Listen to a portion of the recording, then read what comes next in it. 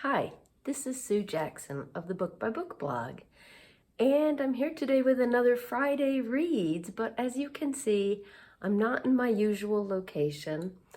I always record in the morning, and it's almost 4 now. I was hoping our power would come back on, and it still hasn't. We got a storm last night with major thunder and lightning. This is after 40 plus days of severe drought. We finally got some rain, more than just a little sprinkle, and I had just turned the light out and was trying to fall asleep. And around 11 p.m., I heard this loud crack. So loud that it took me like 15 minutes to get my heart rate back down to normal. My husband says he didn't hear it at all. But I knew then, this is happening to us a lot lately. I knew our power would be out. And so when I woke up this morning, I wasn't surprised, no power. I checked the outage update thing and it said it should be restored by 11 a.m. I was like, okay.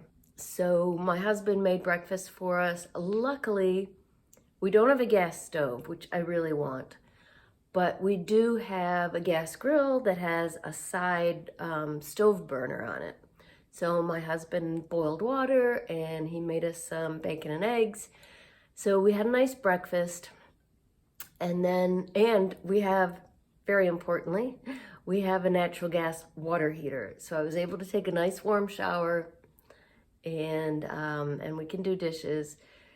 And yeah, this is clearly not just a prop. I'm keeping myself warm with my afternoon herbal tea. Yeah, so my husband left for the golf course, believe it or not. It's like 47 and windy today. He is a fanatic about golf. Nothing keeps him home. So he went off, and I keep checking the update website on my phone. Power will be restored by noon, by 1, by 3. And so I was trying to set up in my usual spot in the living room over there in front of the bookcase, and it just wasn't light enough. Now we are fortunate. Our son works for a company that makes a whole bunch of battery-operated tools, lawn care tools, plus a bunch of stuff inside the house. So we have these big battery-operated lights. His company makes Hart, Ryobi, and Milwaukee. So we've got these big battery-powered lights. We've got fans in the summer. We've got inverters so you can plug stuff in. We're pretty well set up. And also, we camp. So yeah, so today I've been using my phone so much since I can't use my laptop, but I do have my little power bank that I've been using to recharge my phone. And yeah, I mean, it's okay. It's cold in the house, but not freezing cold. I did take my extra layer off for this. So yeah, so it's almost 4 o'clock now, and now the update is saying 8 o'clock tonight. Coming to you live from the dining room, here's my reading update. And I'm over here because I'm right in front of a big window facing the back of the house where the sun sets. And it's still really cloudy out, so it's not that bright, but it's a lot brighter than it is anywhere else in the house. Okay, so I am still reading for Nonfiction November. I'm currently reading Dead Wake by Erik Larson. This is for the challenge word shot. The subtitle is The Last Crossing of the Lusitania. It's about a German U-boat sinking a large passenger ship that was coming from America to England. But as always with Larson, it's a deep dive into all the details you never learned in history class. You not only get the perspective of the passenger and crew of the Lusitania, but also the captain and some of the crew on the U-boat that sunk them eventually. So you're seeing both sides in the lead up to this horrific event. Just have to keep warm. And yeah, so as always with Erik Larson, he's an excellent writer. He writes narrative nonfiction, so it's gripping and fast-paced. I have to admit, I'm about halfway through the narrative. The end part is all notes. So I'm about halfway through, maybe a little more than that. And I am enjoying it, and it's interesting. But I am starting to get an itch for fiction. Luckily, I did get some extra reading time this week. Unfortunately, because I am still not well, haven't been well in a month, but had a severe crash day yesterday. Couldn't do anything but lie on the couch. So this came in handy, gave me extra reading time. That's the silver lining. And I am enjoying it. I am kind of starting to miss my fiction. But it is certainly an interesting story, fascinating piece of history. And as always, Larson just brings it to life. On audio, I just finished listening to Read Dangerously, The Subversive Power of Literature in Troubled Times by Azar Nafisi. She is the author of Reading Lolita in Tehran. I'm listening to this on audio, which is great because she reads it herself. And that subtitle says it all. She wrote it between 2019 and 2021. But it is very, very, very relevant today. It's written as a series of letters to her father. And I think they were real letters that she actually sent to her father. If you read Reading Lolita in Tehran, or maybe just from the title, you know that she grew up in Iran. She lived there as an adult as well. And after the Islamic Revolution and the Islamic Republic took over, they weren't allowed to read literature, especially from the Western world. And so she kind of went into hiding with literature. And she has been a literature professor in both Iran and the US. She now is an American citizen. And so these are letters she wrote to her father in Iran.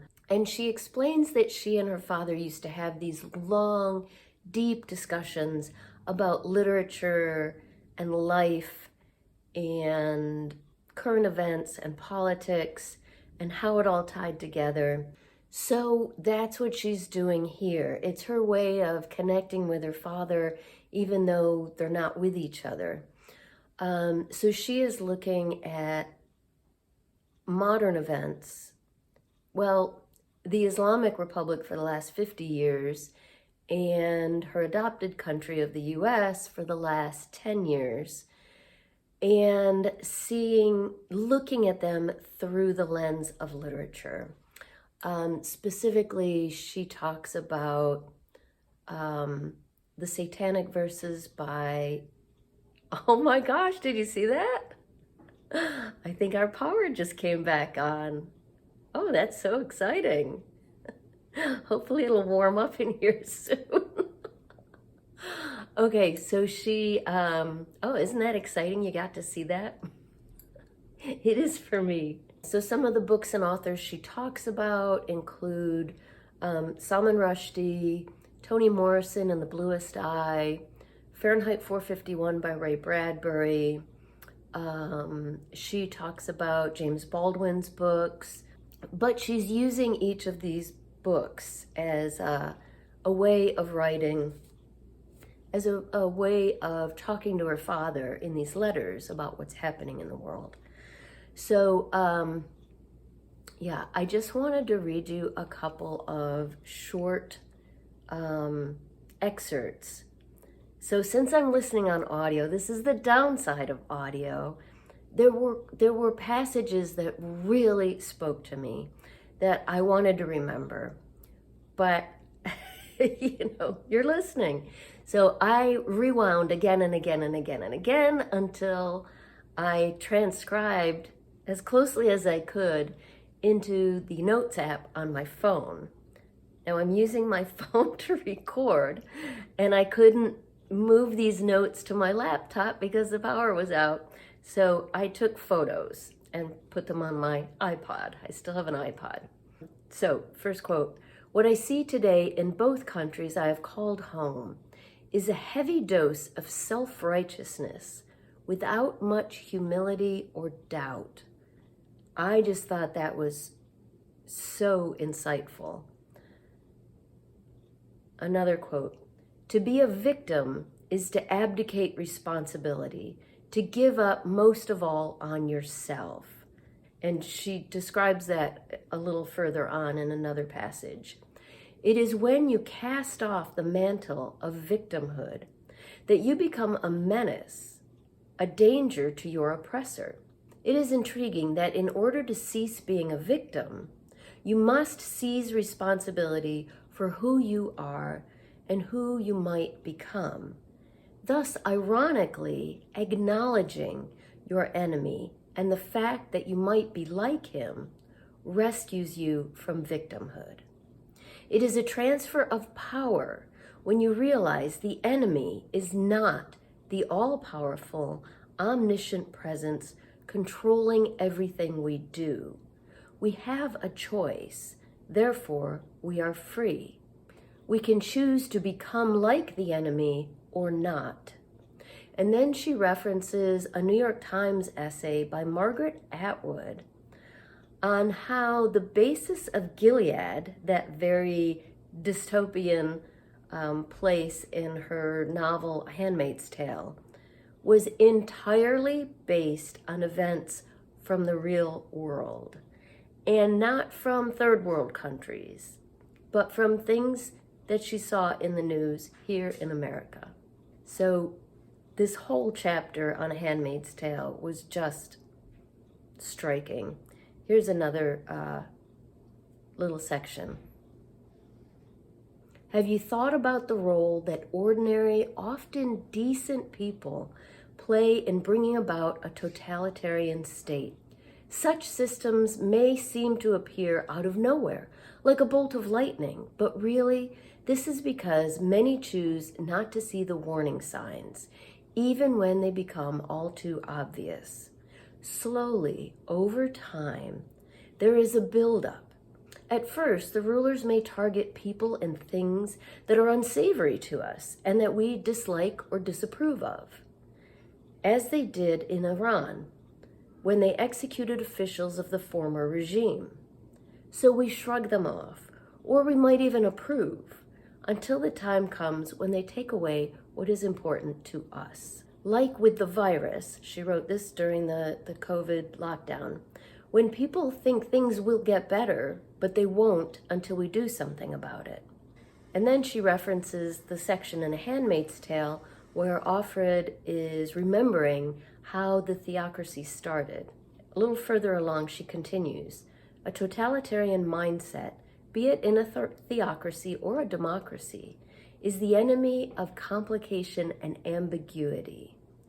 Maybe, Baba," she's writing to her dad, "this is one of the reasons for writing these letters to you, because these contradictions and complexities in the kind of world we're living now are becoming more and more scarce. Perhaps one kind of evil is a mind that allows no ambiguities, no complications. The totalitarian mindset convinces its victims that the world is black and white, and it is not." In her novels, Atwood gives us a subversive view of this black and white world, where any form of opposition is met with elimination and even death. And she reveals the inconsistencies, complications, and paradoxes even the fanatics in the absolutionist state cannot wholly evade. And then she provides examples from The Handmaid's Tale. This does not exonerate the enemy, but it does create hope that one day the movements behind the facade will cause it to crack and finally crumble. Recognition of this complexity, of the fact that your enemy, like you, is only human, is one of the most potent weapons against the authoritarian mindset. The more they dehumanize you, the more we should humanize them. So, and she's got some examples from our world. So it's really certainly relevant. It was engrossing. It was interesting. As you can tell, it was a little bit heavy for right now. But I'm really, really glad I read it. And if that sort of thing, like the quotes I just read, appealed to you, then it might be a good thing for you to read now too.